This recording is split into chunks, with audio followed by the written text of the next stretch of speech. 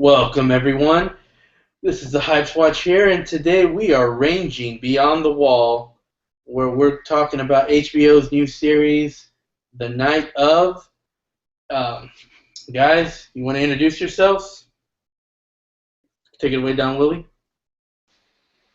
Hey, what's going on, everybody? This is Don Willie back again with the Hypes Watch. And man, you know what? I am glad to be discussing this mini series. It is seems like it's going to be kind of epic.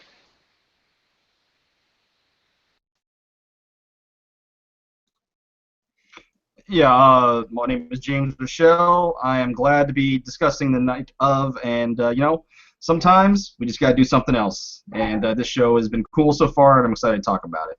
LT, take it away.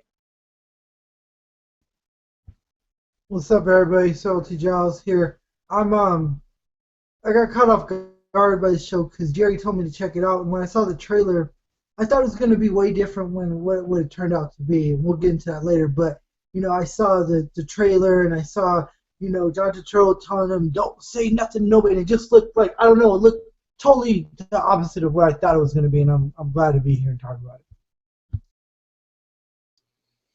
Yeah, I recently heard about, just recently heard about this. They actually released this episode a few weeks ago, or the first episode a few weeks before the premiere, try and get some motion on, but I didn't really see it till it went live.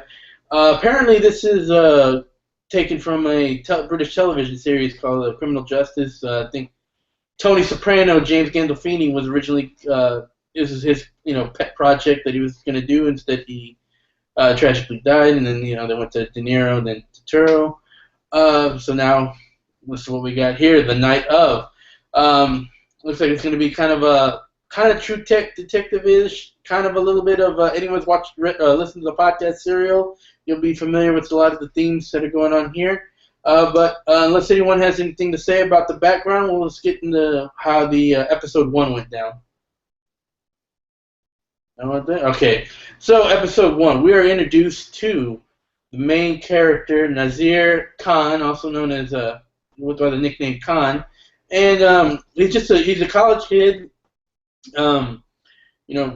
Tutors a basketball team. He's Pakistani Muslim American. He's born in America and all that. He comes from a working family. His dad runs a taxi, and his looks like his mom and his aunts run a clothing store.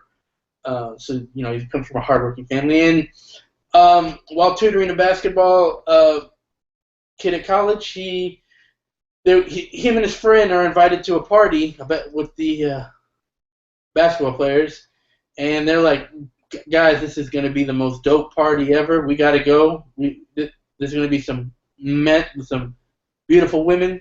And so, because him and his friend try to go there, and his friend bails out, and he's left with no ride, he is not forced, but he makes the decision to steal or borrow his dad's taxi for the night, and to go and try and find this party.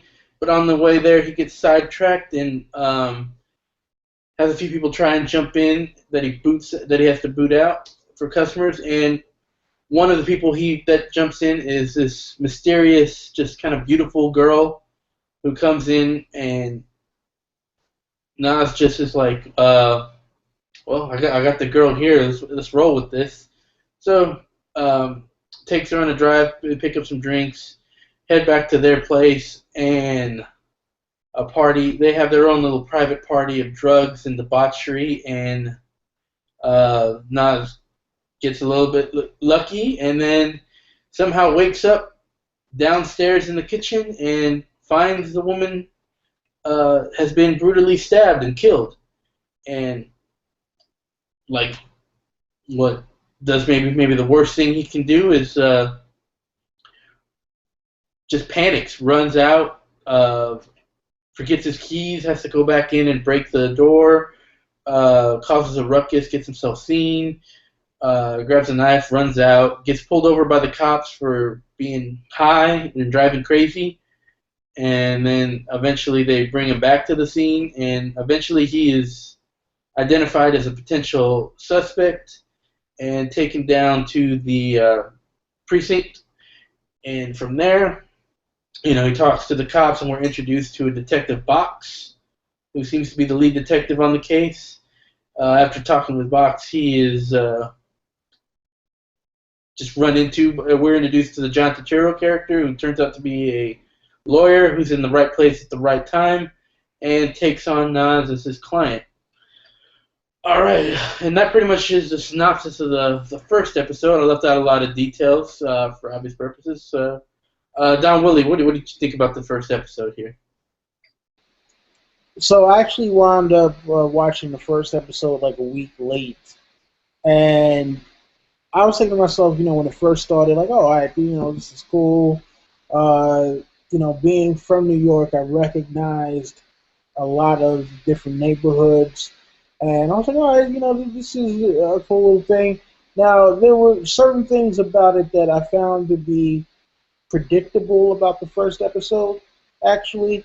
But the moment that girl got into his cab, I was like, oh, okay, she's dead and he's getting blamed for it, period, point blank. But even though I knew it was going to happen, the way that they actually went about doing it was still suspenseful. Where when he's in the cab and he's just seeing all the different cop cars roll up, and he's trying to figure out, like, what is he going to do? He's trying to get out of the cab. You get Detective Box, who is kind of an oddball a little bit, and just the way that they kind of progressed things was like, yes, you knew he was going to get caught. You knew he was going to be framed for this murder if it is in fact that someone else did it instead of him. But it was the sequence of events in between the actual bullet points that were actually interesting. So, I thought it was a great opener. It was a little long for my taste, but still very engaging either way. Yeah, that's definitely the thing I would say about this episode. It had the suspense level up to 11 in this episode. And it was really great. It was really, kept the tension with the knife. And James, what did you think about this? I was hooked from the opening credits scene. I like the music for the intro was cool. I was hooked in then, and then I saw what was happening on screen. It was a lot of suspense. I thought, with the second the girl came into his cab, I was just thinking, nothing good can come out of this. Nothing good is going to come out of this situation. We see, of course, what happens when maybe your first time, you're not very used to doing drugs and alcohol. You shouldn't go like balls deep into what he was doing. For an unexperienced person to be taking a lot of ecstasy, drinking, it's just not going to be good for you. And I'm interested to see what's going to happen from here. There was a lot of suspense. I thought he made a lot of dumb decisions. And I'm sure you guys agree with that. I think he made some dumb decisions in terms of really, and it's understandable. I mean, obviously he's panicking. You're going to make some dumb decisions when you're panicking. But yeah, it was a good episode. I'm interested in the characters, of course. You brought up the earlier thing about Gandolfini being potentially John Turturro's character. I believe his name is John Stone. And yeah, I think John Turturro ended up being the perfect choice for that role because he plays a good schlub. John Turturro is a good schlub, and I just think he's perfect for the role. And Box, I think that he had a good debut, and I'm interested to see what comes from the character. Yeah, and that's John Stone, not John Snow, for the audience. But yeah. Well, I said John Stone. Oh, I know, just to make sure the audience knows what we're talking about. I'm just trying to be clever here, King. I'd just like to say, I don't care if he's a bastard. He's my lawyer from this day until his last day. But yeah, so I mean, I agree a lot with what you're saying, James. He did do a lot of stupid things for where as soon as he found her dead, he panicked. He ran out the door, made a lot of mess. Obviously he should have called the police right away, but he ran out the door, and then he forgot his stuff. He left his stuff behind, so he had to go back in and break a window, which ended up causing a ruckus and allowed him to be seen at the scene. Took the knife, it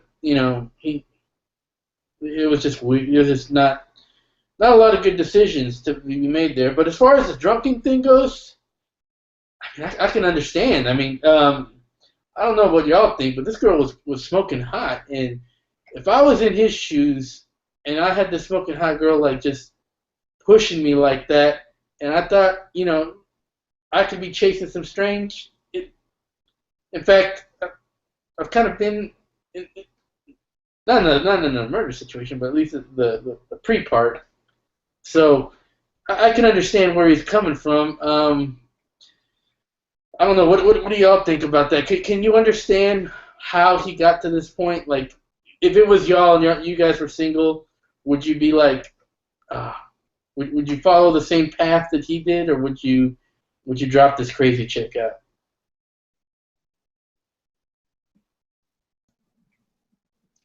Well, me personally, stranger danger, man. Stranger danger. Don Willie? Pretty girl or not, I'm not into the whole ecstasy and just getting drunk with randos like that. You saw the crazy shit she wanted him to do with the knife and all that, man. So, yeah, bro, I'd have to. There's some point where I have to be like, nah, I'm good right here. And the man who knows more about hooking up with women than this whole panel combined, LT, what would you have done, and what did you think about this first episode? Like I said, the trailers, I thought that this was going to be some stupid off-the-wall show. Like, I don't know why. That's what I got out of the trailers, It just it looked like it was going to be, I don't know, but I'm glad it wasn't. It was good. I don't know if I'm the only one, and I know it probably doesn't mean nothing, but I saw something when he went to the store to buy the drinks, and the monitors were showing, and then the guy with the hearse was like, you want to be my next person, and there was something there. I don't know what, but there was something there. I don't know if that's going to play a role. I don't know. I saw something. I think we're going to see that Hearst guy again, or maybe he has something to do with this. Do you guys think that, or am I just saying things? No, you definitely saw something there. In fact, I think they planted a lot of bugs that make us think that it could be. We saw the Hearst guy say something to her. I even rewinded it because for some reason when I first watched it, I thought that because when you see the surveillances, I thought maybe you didn't see the Hearst guy, like maybe he was a ghost. But then I went back and no, I think you see it on the camera. But she was hella mysterious and weird in the car, and I'm the type of person where I call it my spidey sense. When I meet people, I could feel if they're not right, and I don't care how hot she was. I wouldn't have stabbed her in her fucking hand. I don't care how high it was. I'm not stabbing her. I'm not taking no knife and stab like Bishop off the Alien movie Aliens. I'm not doing that for fucking I don't know, whoever a 10 is. I'm not doing that for them. I just think that's stupid. And then stab her and then no, I'm sorry. But yeah, all those mistakes he made, man. Like even when he's in the police station, they're not like he's not even handcuffed to a thing. Think about this from a criminal's point of view. You got the murder weapon in your jacket, right? You're not handcuffed to the bench. The cop's not even paying attention to you. You could have walked up and went somewhere and hit it somewhere. You're sitting there holding it on you. And I understand he's a kid and he's scared, but come on, man. He could even said, and I even said this in the chat, hey, officer, can I go to the bathroom real quick? The officer probably been like, yeah, sure. Go to the bathroom. Throw that knife in the trash can. At least it's not on you. And why would they think to go search in the trash can? You know what I mean? That's what I would have done. That's a good point, LT, but I think that I would like to think that the cops would be more aware and be like, okay, you can go to the bathroom, but we're going to have an escort for you, taking you to the bathroom so you don't try any funny business, If they were that of an escort, they would have handcuffed him to the bench and not let him leave, or go nowhere. I don't think they were worried about him that much to worry about him going to the bathroom. But no, yeah, John Turturro, he's awesome in this role. I'm really happy that he's in this role because he's a great actor. Hey, back to the point that LT made about him not being handcuffed to the bench. Remember, there was some confusion as to why he was even there, because the first set of officers that picked him up for the drunk driving, they didn't tell the ones who actually took him to the precinct what he was there for. So remember, those guys, when he got to the precinct, they were like, oh yeah, I guess he's a witness or something. So they had no reason to, want to have an escort for him or anything, because they thought that he was, possibly a witness until, the whole thing about the cab came out. Yeah, that's true. That is true. Them to cut him loose too. They didn't say take him to the station. He said cut him loose, if I'm not mistaken, right? Yeah, but then she was like, well, he's high as fuck. He can't be driving on the road, so. Oh yeah, so that's why they're supposed to give him a ride to the precinct. So he wasn't even arrested. He could have left. He was arrested, but he was arrested like the public intoxication arrest type thing. I thought it was reckless driving. Probably both, really. But yeah. You know what I also thought he was gonna do for some reason? I don't know why I thought this, but that one guy in the station was like, what the fuck you looking at? I thought he was gonna, when he sat next to him, I thought he was gonna try and plant the knife in the dude's hand so he could get his fingerprints on it. I don't know why I thought that, but that crossed my mind. Obviously this kid was over his head and he wasn't thinking quite straight. But I want to go back to the point that LT made earlier, where he's talking about the black guy in the hearse, and he hits the window and tells the girl, you want to be my next passenger here, pointing to the hearse, implying that she'll be dying. They put out a lot of potential. He's just one of many potential suspects, like a who did it suspect that they could have been. It could have been this guy. I think that they really introduced three in this first episode. This guy, Omar from The Wire was, the two guys, when he was walking into an apartment, there was these two black guys, one of them being Omar from The Wire, went up to him and, made some racist comments to him, and he said, what's up? He's like, what did you say? And they're like, you forget your bomb there, Mustafa?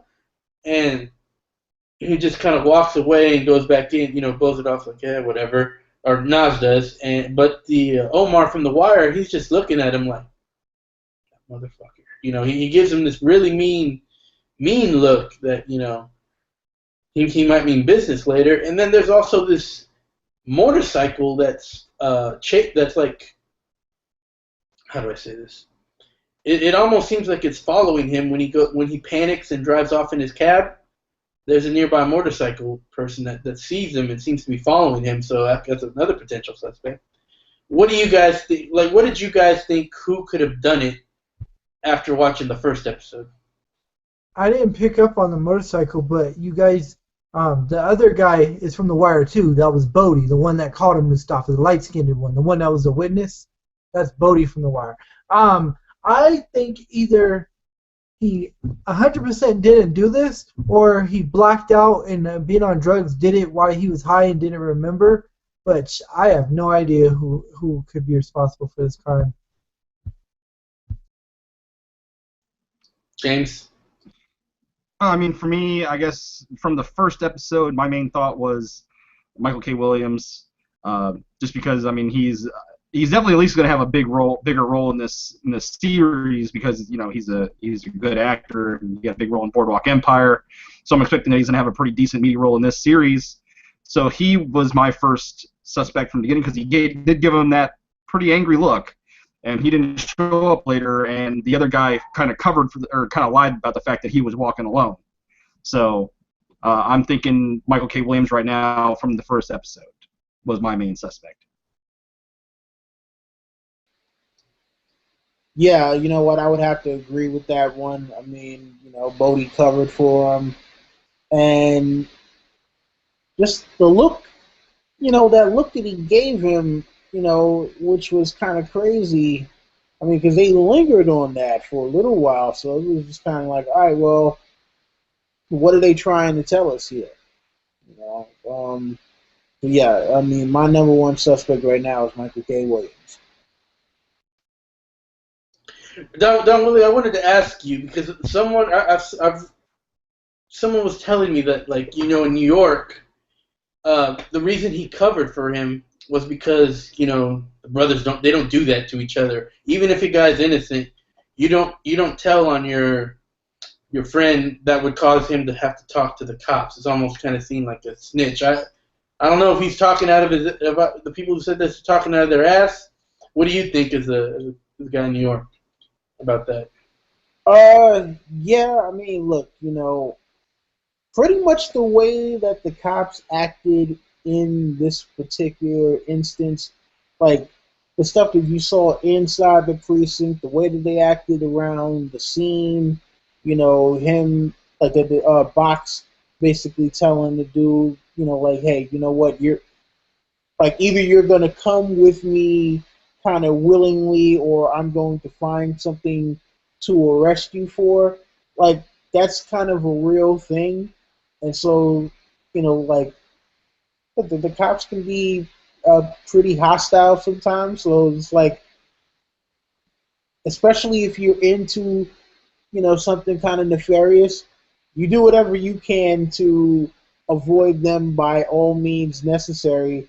And if you know that somebody else might get jammed up because of you saying that, that they were with you, they get omitted from the story. So he might just be omitted just because he doesn't want his buddy having to talk to the cops about something completely different. Not only that, it's like, all right, well, the thing about it is the cops would definitely say, yeah, your friend told us that you were with him. And so even if nothing else happens after that, he would wind up being seen as a liability because it's like, all right, well, if we do get into some actual trouble over something, I know that this guy is gonna tell the cops. So. Okay. Yeah. I think at the first episode, after watching the first episode, I really it was either someone. I thought it was someone else because that we haven't seen because this girl came in to that cab like she knew something was wrong. She knew this could be the last night of her life. Like she knew. I think that's why she went on this crazy drug binge. Like she took it to level 11. To 11. She knew something. She might have crossed the wrong person. Could have been anything really.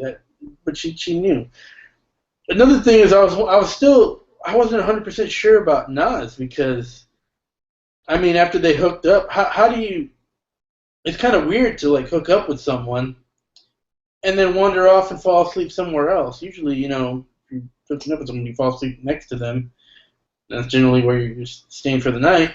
And he was just randomly downstairs in the kitchen. Like, how does that happen? How do you randomly get to the kitchen and just chill there without anyone noticing, without her noticing, without, I don't know.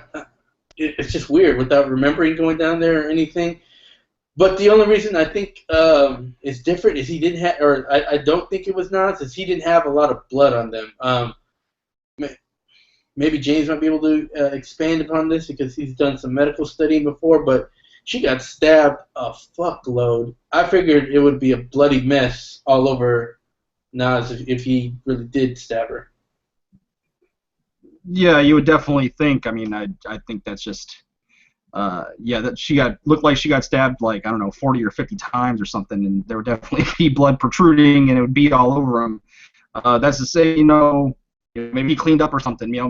I could see it being, it is HBO. They like to go for their shocks. It could be like you go through this whole series empathizing with this guy, and then you find out at the end that he actually did it. I don't believe that's going to be the case. I think we're going to see, something nefarious or involving someone else, but I don't think it was him. Just because of how, I don't know, shocked he was, I guess. But you know, you never know. It's HBO. They do like to shock people. LT, did you have something to say? Yeah, I don't think the Bodie meant to, be a witness. He was just being concerned and wondering what. And then the cop found out that he had smoked weed and said, if I turn you over, weed. So he basically conned him into doing it. And I agree. I don't think he would rat out on his friend. But now thinking about it, unless Michael K. Williams' character, if we find out, is some kind of psychopath, I think whoever did this is a psychopath. I mean, it was a horror show, man. It was like she got, said about 50 times. I mean, there was blood everywhere, and I agree. He would have had blood on her. But, Jerry, somebody who's blacked out before, I'm telling you, man, you end up different places. You could fall asleep in the bed with somebody and end up, in another room because you don't remember. You technically don't remember when you black out. Especially when you've done drugs you've never done, ecstasy and cocaine. I blacked out off alcohol. I can imagine how bad I'd black out if I did ecstasy and cocaine together. Yeah, I wouldn't know anything about that, but yeah, I'll take your word for it. Does anyone have anything else to say about the first episode before we move on to the second one? I do have something to say. I looked it up. Death Glare guy was not Michael K. Williams. Who was Michael K. Williams? And he was supposed to be in the first episode. Yeah, I looked at it. It's not who I thought it was. His name is Charlie Hudson, and he's playing a character named Dwayne Reed, and it's supposed to be in 3 episodes this season. Okay. So. You know what, James? You just stereotype the man, because I was like, yeah, that guy, and you like Michael K. Williams. Michael K. Williams doesn't even look like that dude. You had me going for a sec there. We do not all look alike, damn it. I never made that claim. It was a mistake. I'm a human being. It was all James' fault. Anyways, episode 2, Subtle Peace. So, in episode 2, we get more revealing of the Box character, the Detective Box. So, basically, it's him trying to figure out what just the hell happened. He's trying to, talk to the witness. He keeps getting, he keeps getting stonewalled by Turturro on that. He gets his parents to come in. He allows his parents to come in, Naz's parents, that is, to come in and visit him. And he pulls some trickery to where he has them go into a room and records them talking to amongst each other to try and see if he can, fish out any information. He's really, delaying on charging Naz despite all the overwhelming evidence that he currently has on them. He's holding off because it looks like he feels that there's something going wrong, and he's trying to talk to Naz, but Naz really isn't budging because, his lawyer, John Turturro Stone, told him, don't talk to them. And then we also get introduced to a new character, the stepdad of the girl who died. He comes in. He's brought in to identify the body. He doesn't really want to. Apparently, they have some kind of a strange relationship. We find out that the girl's parents have both passed. I think her father passed when she was younger, and her mother recently. And she's recently inherited the nice place that she lives in.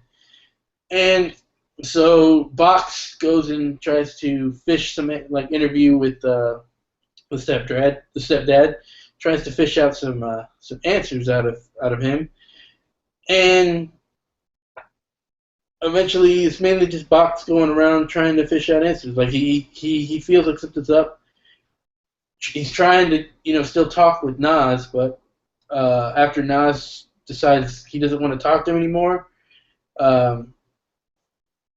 Box decides, well, it's time to charge him. Meets up with the DA, gets charging goes, and we see that Naz has moved to Riker Island.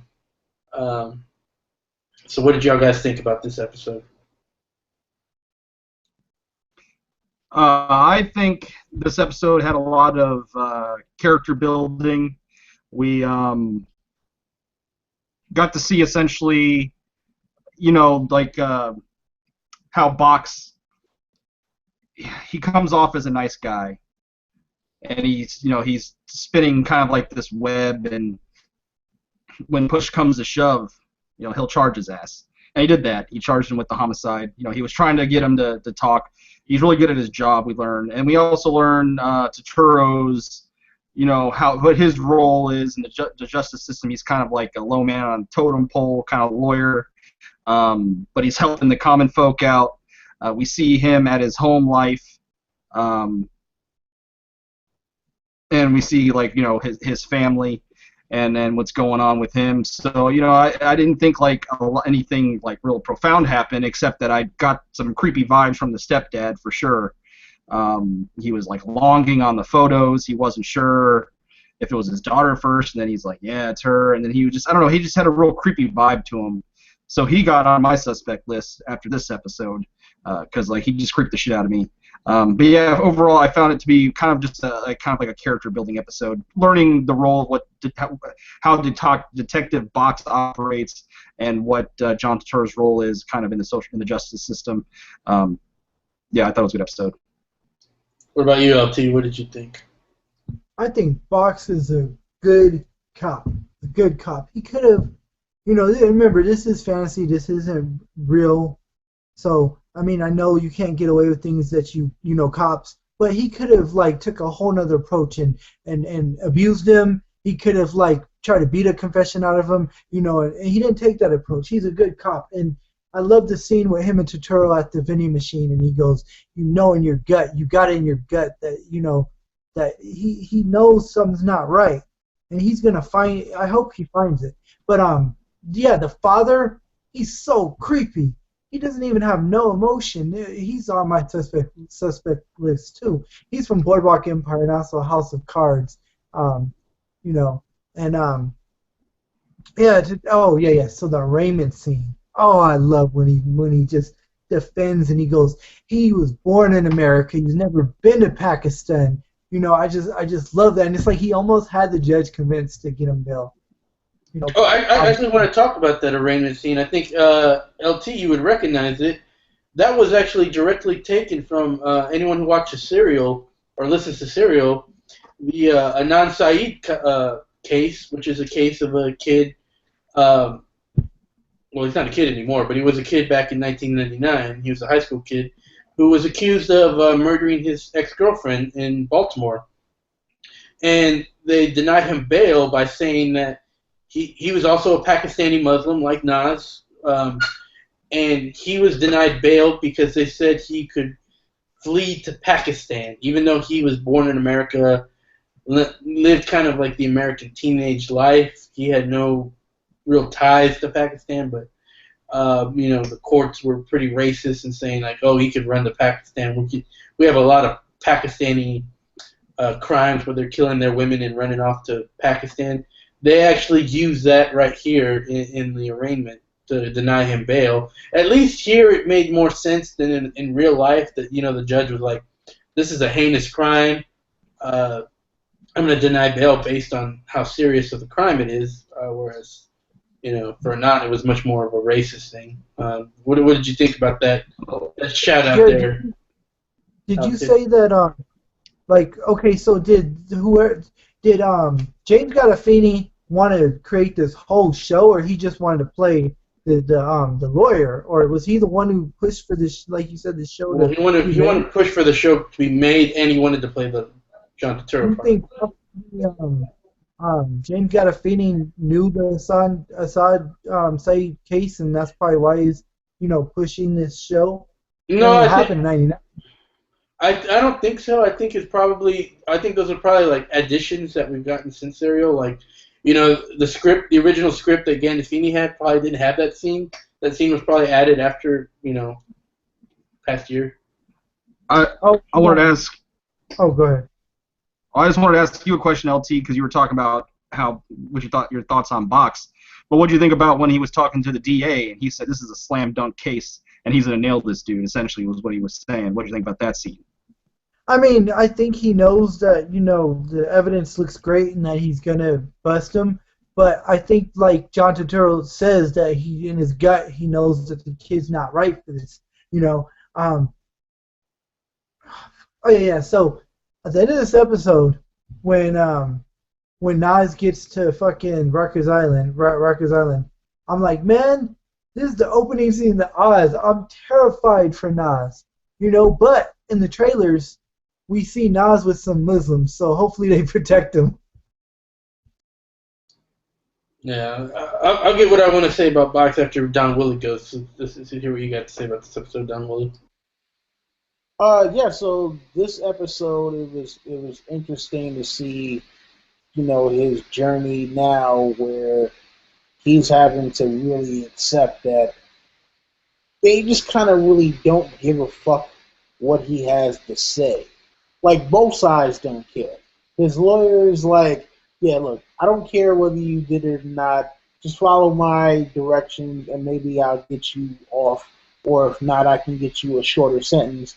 And the cops are just kind of like, yeah, you did it. You just don't want to admit that you did it. And, him having to kind of come to the realization of that and trying to figure out, well, how do I navigate this now? Because I need someone to actually believe that I didn't do this, and I don't know who it will be, other than his parents. And that's the reason why he actually did talk to them when they show up, because he's like, you know what, if no one else in the world will actually believe me, my parents will. And it was just kind of crazy, because now Fox is trying to get him to admit that he did it so he can, get rid of the lawyer, and also, just kind of bring this to a swift conclusion. And when he picked up on that, he was like, nah, what, I'm not talking to you anymore. And at that point, they were like, okay, fine then, since you're not just going to confess right now is when you get thrown to the wolves. Because for anyone who lives in New York, unless you are just like, I'm going to be a violent criminal, you don't want to go to Rikers Island. You don't ever want to go to Rikers Island. Going to Rikers Island is probably just as bad as going to any, federal prison.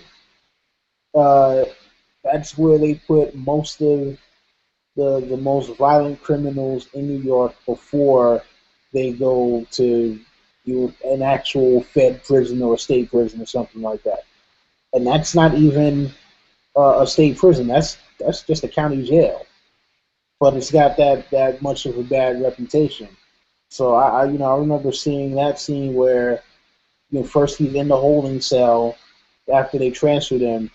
And then when he's getting the second transfer to Rikers Island, I was just like, oof, oh man, this is going to be bad. I mean, but it's part of the tactic to try and break him, really. Because at the end of the day, I mean, like, if you look at the way that the police are treating him, I mean, unfortunately, with everything that's going on in the real world, this kind of story, like, even though it's fiction, doesn't necessarily paint them in a good light in the way that they were treating him, because they were just like, all right, well, he's guilty, so let's treat him as such, and you just kind of see with the way that they talk to him.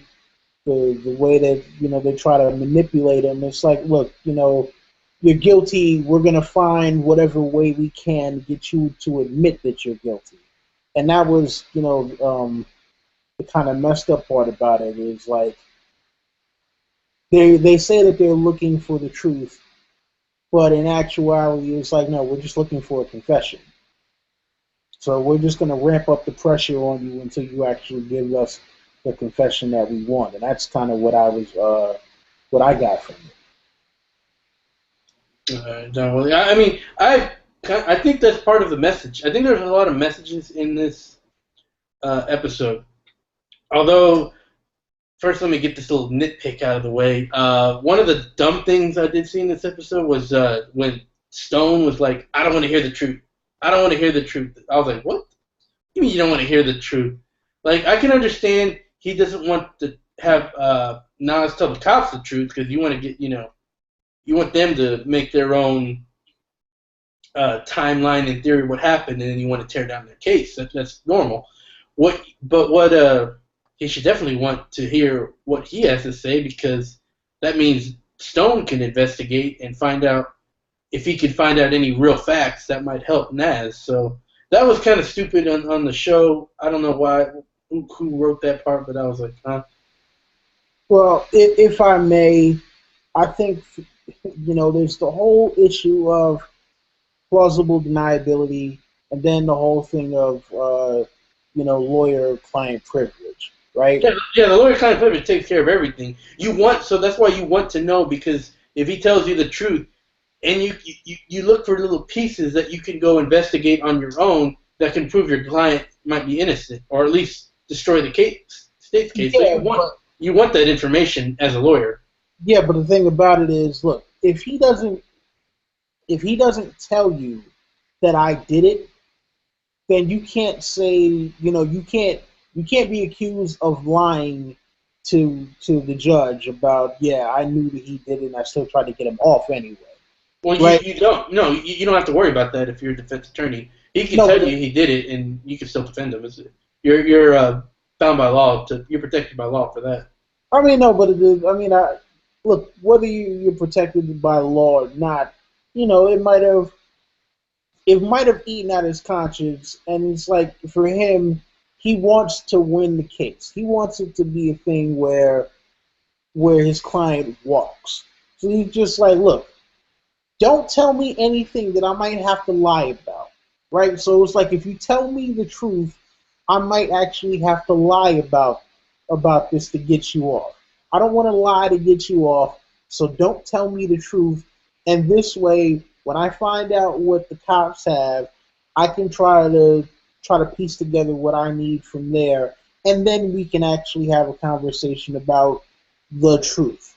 Because his lawyer doesn't believe that he didn't do it either. He's just like, well, I don't want to be put in a situation where I might have to actually lie. I mean, whether it's now or later, he needs to find out the truth, because you need to do your own investigation as a defense attorney. You need to do your own investigation and find out any real pieces of truth that could help your client. You find that truth and you bring it. Eventually he needs to learn what Nas's story is, like the true story, and so that's why I thought it was kind of weird. I'm like, maybe he's waiting for it, but the longer you wait, the less time you have to investigate. So that's my nitpick there. But I think there's a lot of a message here. I'm gonna actually disagree and say that Box. I think Box. He was looking like he's got a great case. So let's make no mistake about it. Nas, the evidence is overwhelming against him. If I was on a jury, I would convict him based on this evidence alone. You got him breaking into the scene. You got him witnesses on the scene. You got his DNA on him. You got him with the a potential murder weapon. We know it's not the murder weapon. You pretty much have almost everything but the confession. This is really, truly a slam dunk case, and I was impressed that Box actually. You could tell. I thought you could tell that Box thought there's something wrong in this case, and that's something that you don't see very often in the criminal justice system. A lot of these cops, they come up with their theories. Well, not a lot. I don't know about a lot of them. Let's not say. I don't want to say a lot of them, but there are cops who come up with theories of their own, and then that fit them, and they start getting like this confirmation bias, and they start following only things that fit their theory. That's why you never talk. That's why Stone is right. You never talk to cops ever. in the situation, because you never like. Even though I say Box looked like he was trying to really find out the truth, most of the like there do exist some cops who will get like this tunnel vision and try and figure out a way to prove their theory instead of looking for the truth. And I mean that's kind of well, it's not a normal thing, but people do that like around. Like I mean I don't work as a detective, but I do work in data analysis, and I'll see that same kind of thought process come up with the other people that I work with, that they get this theory and they start ignoring the data around, and like just the data that goes against their theory, and just focus on things that confirm their theory. So that's why you really want to be frightened about that, and that's why Stone is really telling them, don't talk to the cops no matter what. You don't want to help them with that tunnel vision theory. So I think there's that message there.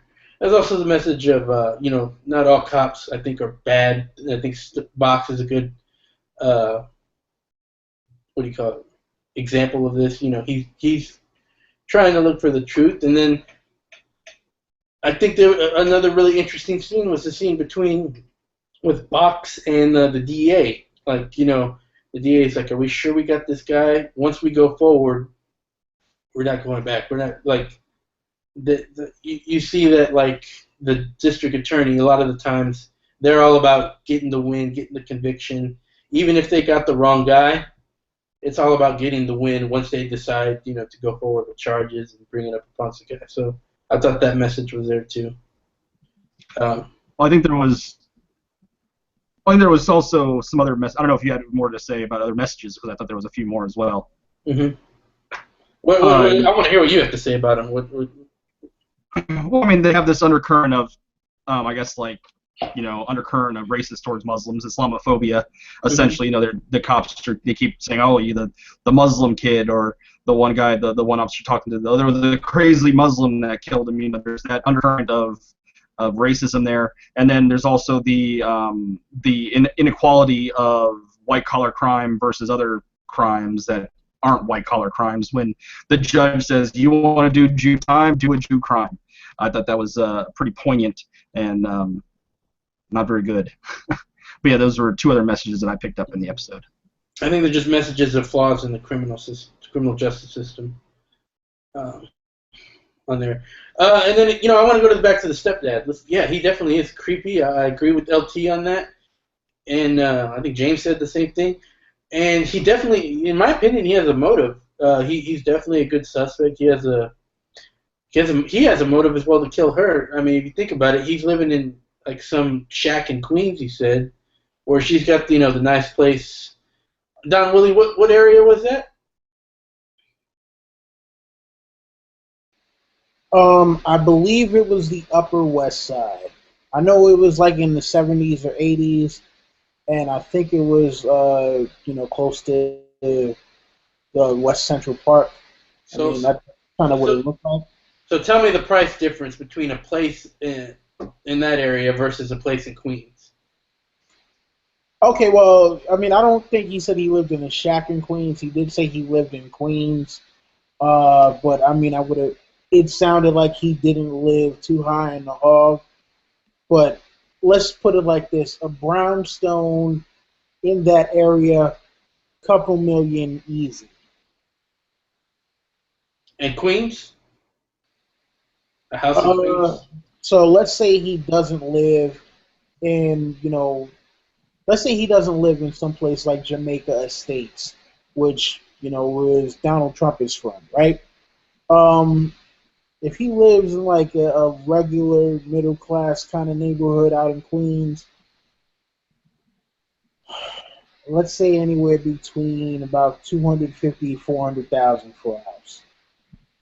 So we're talking about a factor of 4 difference in real estate.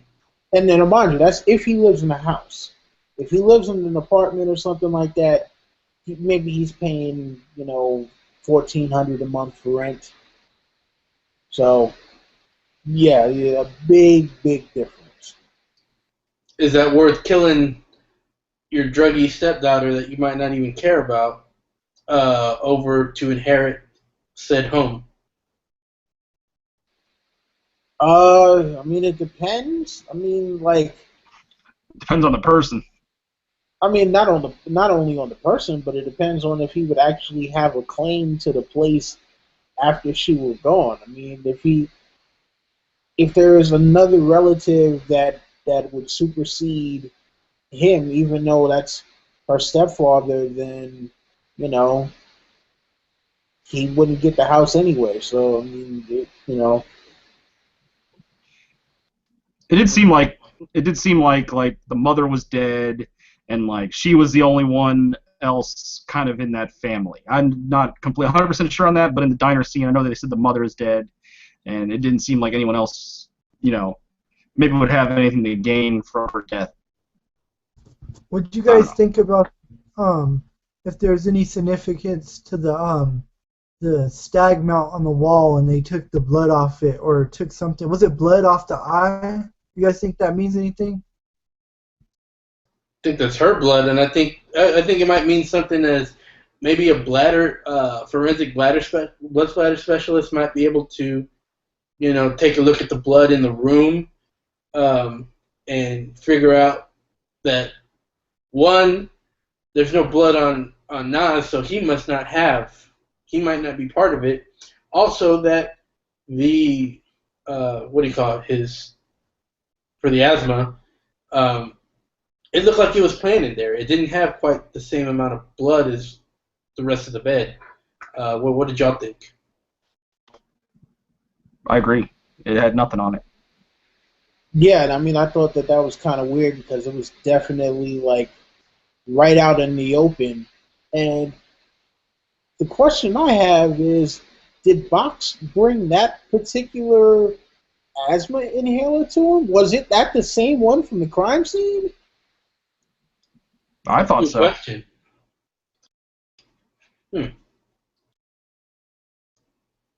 Because the thing I was also thinking about too is like, was he trying to set him up with that? Because think about it like this, right?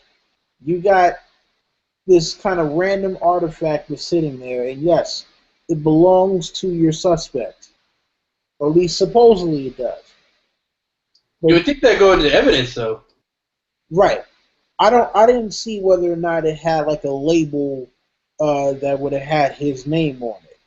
But then the question, I was gonna ask you guys. So Box broke the rules, right, by giving him that asthma pump. yeah, he broke the rules. But then the question also remains from there is like, all right, well, he brings him the asthma pump from the scene instead of logging it into evidence. My next question from that one is like, all right, well, he let him keep the asthma pump. Could it be possible that he was also trying to set him up to a certain extent? Because what happens if he takes the asthma pump back? Like later on, he's like, "Hey, yeah, did this dude have an asthma pump with him? Yeah, you know what? We need to take that into evidence now." I mean, by then it's been contaminated, so I think he really he kind of fucked himself if he wanted to use that into evidence. What would have made sense is to put that into evidence and get a replacement for him. But oh well.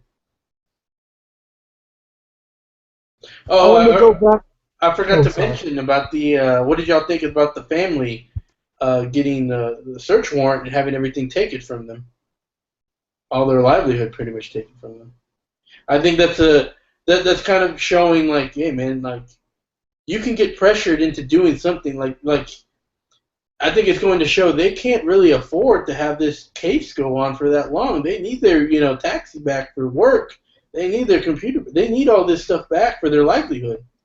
Well, Box was trying to say that. He was trying to tell Nas, hey, your parents can't afford this. So I think he was trying to like subtly say you need to confess because your parents can't afford it, essentially. And I thought it was really like, okay, yeah, they can take the stuff out of Nas's room, but I thought it was really fucked up. They took the family laptop that had nothing to do with Nas. That was kind of messed up. But yeah, I think it was just Box suddenly saying like, hey, your parents can run out of money here, because I know I took a law class this previous semester. Like my professor said that like yeah, whenever your lawyer's around, he's charging you, and it's like a lot of money an hour, like more than you would think. And even when your lawyer's like going to the library and looking stuff up, like he's charging you for that too. So they're getting charged a lot for him to do this.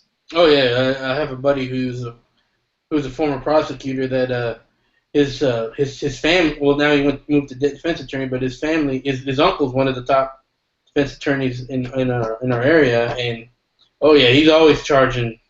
He charges a crazy rate. Yeah, I mean, well, look, this is part of the reason why Nas called him a subtle beast, because here he is talking about, oh yeah, I just want to get to the truth. I just want to get to the truth. But he's using these kind of passive aggressive tactics to get him to confess to the crime. And he's just like, okay, like the more he keeps on telling them I didn't do it, and fine, my lawyer told me not to talk to you because you guys are basically here just to try to put me away, then he's just like, oh, okay, fine. What's the next thing we can do to pressure him? Okay, so we couldn't pressure him directly by putting him in the cell and telling him all of this stuff that could happen to him. Fine, okay.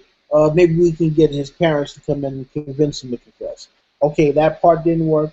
All right, so you know what? We're gonna take all of his parents' stuff and let him know that, yeah, we got all your parents' stuff, and also this lawyer is gonna cost you a lot of money. Okay, fine. You still don't want to confess. All right, so now we're gonna put you in the most violent jail that you possibly can, and see if that works. And so it just seems like the tactic is, how much can we ramp up the pressure until you finally give us what we want? Because we want you to confess. Now, we have to hold you and make the whole trial thing go out fine. And, everyone around you is going to suffer because you wouldn't tell us what we wanted to hear. And unfortunately, that's the downside to this whole thing, is that instead of them just saying, okay, you know what, we have what we need already here in order to prosecute him, let's just go forward with that. Now it's become a thing where they're really trying to hurt him as well. It's not just about, okay, well, we feel like you did this crime and you should be punished for the crime. Now they're taking it beyond that and trying to punish other people in the hopes that he'll confess to the crime. Yep, I mean that pretty much describes. I think ever since he decided he's going to charge him, he's Box has ramped up on the cop tactics to get the confessions up, the pressure tactics. LT, were you going to say something? Yeah, back to the Rikers Island thing. Not only have I watched so much Law and Order, and knowing that so many guys that aren't even really big time criminals, like tax fraud people on the show, or not tax fraud, but just guys that can't really defend themselves in jail, and they're like, when they threaten to send them there, like, no, I don't want to go there. And I've also seen on the news of criminals going there and being killed, not even making it to their arraignment and stuff, and it's just such a dangerous place. I mean, I've heard so much stuff about it. I mean, I would never want to go there. Yeah, true that. All right, guys. So, does anyone have anything more that they want to say before we do our roundup of the suspects of who might have done it and who we think have done it for the week? All right. Let's start. Let's go back with you, LT. What do you think about what suspects do you add to the list, and who do you think is your leading candidate for who did it so far? It's funny because I didn't really have no suspects because, like I said, I think this is a psychopath, is a totally overkill, and is the type of this serial killer type shit, or it's a violent crime, and I just I don't know. The father seems creepy, but I just don't know. And I don't have no suspects really. I mean, I don't. I just think that Nas is innocent. No suspects here. What about you, James? Well, I still have, apparently now it's not Michael K. Williams. The character's name is Dwayne Reed from the first episode. But my main suspect is the father, and this is the reason why. When you see something like this happen to a person, it's usually personal. The amount of violence and carnage that befallen this victim is usually one out of like rage, of personal vendetta. And we don't know maybe what's going on in we don't know what the relationship was like between the stepdad and the daughter. Maybe there's some underlying things we haven't learned yet. So right now the stepfather, because I felt like it's a personal killing of this woman, I think it's the stepfather. Don Willie. I mean, even though the stepfather kind of looks good for it, also, the guy from the first episode also looks good for it.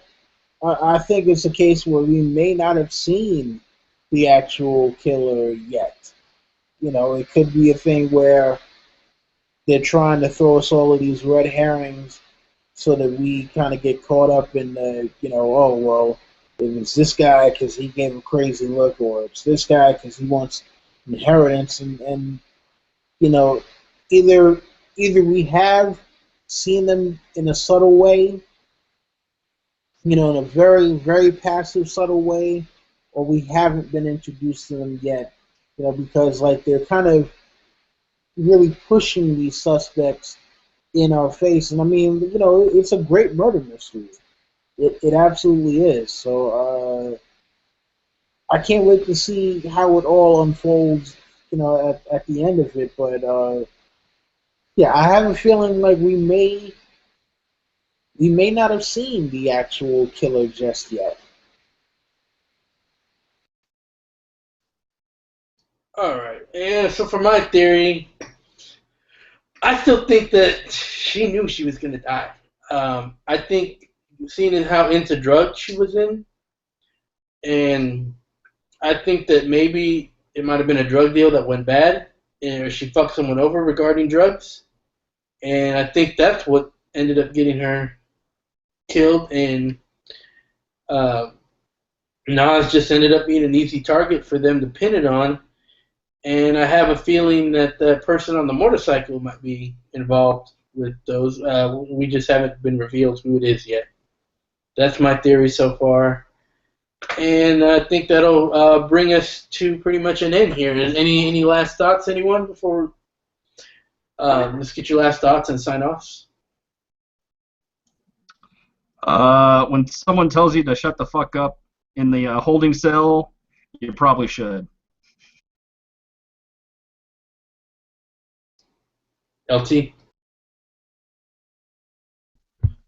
No last thoughts.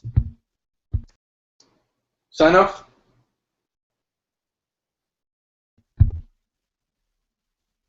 Hey, see you guys next week. Don Willie? Yeah, so I think the moral of the story here is don't do drugs with some random hot chick, because she could end up dead and you could end up in jail. I think this is a vast cautionary tale about not doing drugs. Yeah, so can't wait to see how this goes down next week. Yeah, thanks everyone for ranging beyond the wall with us. And actually, we're going to be ranging a little bit more down beyond the wall. I think even maybe this week. I have to check with the guys, but we might be doing Mr. Robot season 2, ranging beyond the wall. I think we're shooting for Thursday night, so be on the lookout for that. And yeah, check out this series, come up with your own theories, and leave them in the comments. Thanks for watching, everyone. Hypes, watch out.